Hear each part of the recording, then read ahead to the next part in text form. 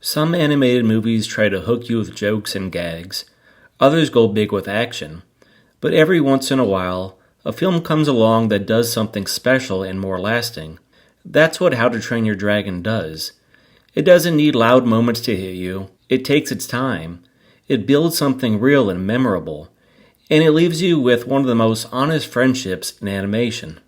The movie is loosely based on the How to Train Your Dragon book series by Cressida Crowell, but the film changed a lot from the source material. Directors Dean DeBloya and Chris Sanders, who also made Lilo and Stitch, took the basic idea of a Viking boy and a dragon and shaped it into something deeper. They moved away from comedy and focused on emotion, growth, and connection.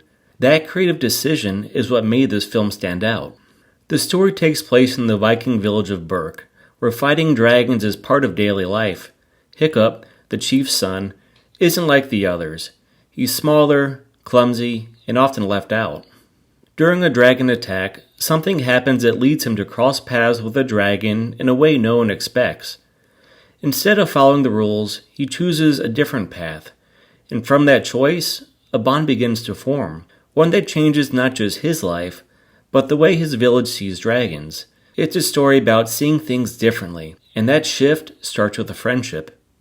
At the center of the movie is the relationship between Hiccup and a dragon he names Toothless. Their bond grows slowly. They're unsure of each other at first, but over time, they build trust, and that trust becomes the foundation of the story. Through that connection, Hiccup starts to change. He begins to believe in himself. He sees that his way of thinking, which others saw as weakness, is actually his strength, and that change starts to affect the people around him too. The movie also touches on Hiccup's relationship with his father, Stoic. They don't always see eye to eye, but the film handles that with care. It's not about conflict, it's about learning how to understand each other. The plot and themes can touch people of all ages. Younger audiences will enjoy the fun dragons and the humor. Older audiences will take in the themes of family, belonging, finding your own way, and growing a friendship through trust. But what really helps make all this land are the flying scenes and the music. The flying scenes are where the movie truly shines. When Hiccup and Toothless take to the sky, the tone shifts. It's not just about action, it's about emotion. The air feels open, the movement is smooth and free. These moments say more than some scenes with words ever could. And what brings them to life is the music. Composer John Powell doesn't just score the background, he drives the emotion. The music builds with the movement. It lifts the whole scene. It makes you feel everything from wonder to joy to a sense of adventure without anyone having to speak.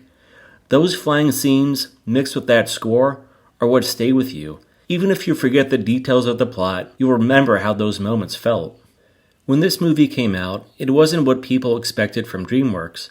The studio was known for big laughs from hit films like Shrek and Madagascar.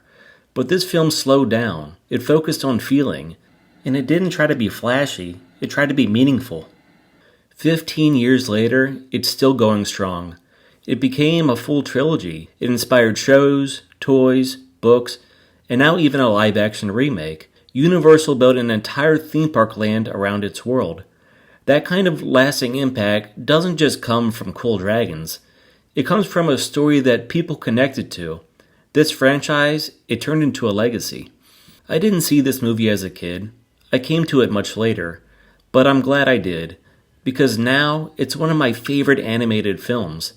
Not just for the animation, or the dragons, or the world of Berk, but because of how it makes you feel. It's a story that's universal and will stand the test of time. So if it's been a while or you've never seen it at all, now's the time.